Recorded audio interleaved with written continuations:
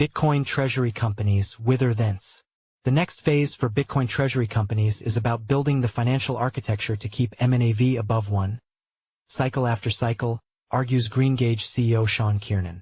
Those that crack the code won't just be proxies for Bitcoin. They could be the equity layer of a new monetary system. Over 160 publicly listed companies have now adopted Bitcoin as a core treasury strategy, collectively holding nearly 1 million BTC, about 4% of circulating supply.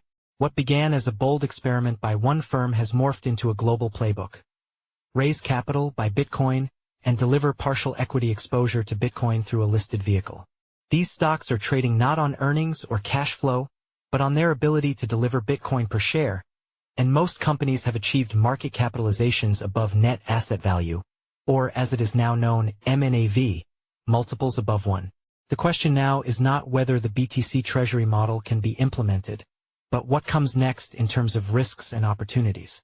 The opening chapter of Bitcoin Treasury companies was defined by narrative and replication. Michael Saylor's strategy, nay MicroStrategy, showed that raising equity at a premium to NAV, converting it into BTC, and never selling could transform a software business into a $100 billion proxy for Bitcoin. From Tokyo's MetaPlanet, the US healthcare company Semler Scientific, to London's smarter web company, the template spread. But premium multiples may not sustain themselves on storytelling and BTC holdings alone. For this model to survive its adolescence, companies may need to justify NAV multiples above 1 in more durable ways. Lever 1, yield as an edge. Just as REITs matured from landlords into yield machines, Bitcoin treasury firms will have to show they can generate incremental Bitcoin per share rather than just sit on their stack. This may come through BTC-backed lending, Lightning infrastructure, or novel financial products that may monetize balance sheet holdings. For example, locking up BTC into payments channels in Lightning allows the BTC holder to collect fees for providing this liquidity, potentially providing yield.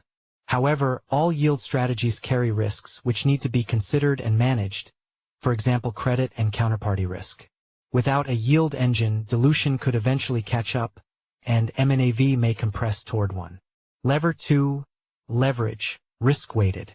The winners in the last bear market were not those with the biggest balance sheets, but those who structured capital to survive forced liquidation.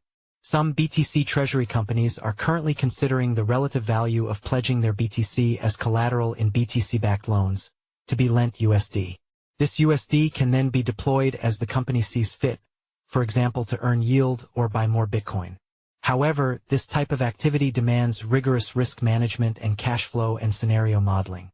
Leverage amplifies the reflexive flywheel, but it demands discipline. Raise only at a premium, never against hard collateral, and keep maturities long enough to ride cycles. Lever 3, complementary business models.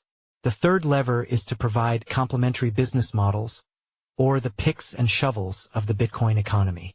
Some Bitcoin treasury firms are already layering in infrastructure plays. Data centers, decentralized AI computing, Bitcoin native software or business services. This dual model can transform them from pure NAV arbitrage into platforms with operating cash flow. That could make them not just Bitcoin proxies but equity growth stories. There are parallels with the dot-com era companies that eventually grew into the behemoth infrastructure providers of tech today, including often themselves sitting on significant cash positions. Apple, Amazon, Google, Facebook et al.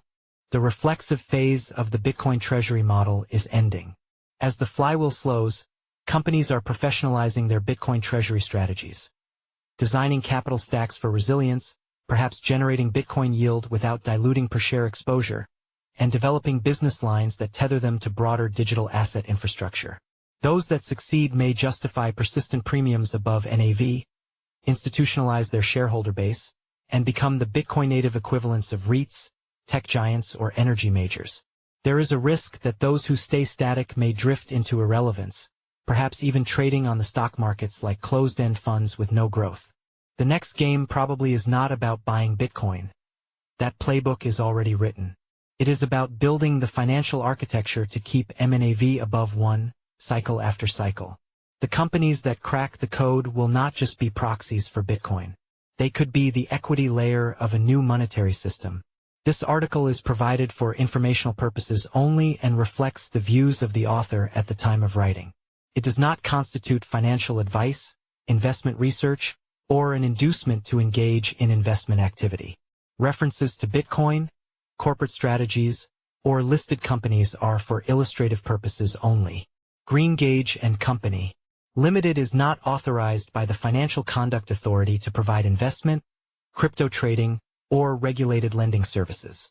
This content is for informational use and is primarily intended for institutional and professional audiences and is not designed for retail investors. Cryptoassets and related investments are high risk. You could lose all the money you invest. These products are not protected by the Financial Services Compensation Scheme, FSCS, or the Financial Ombudsman Service, FOS.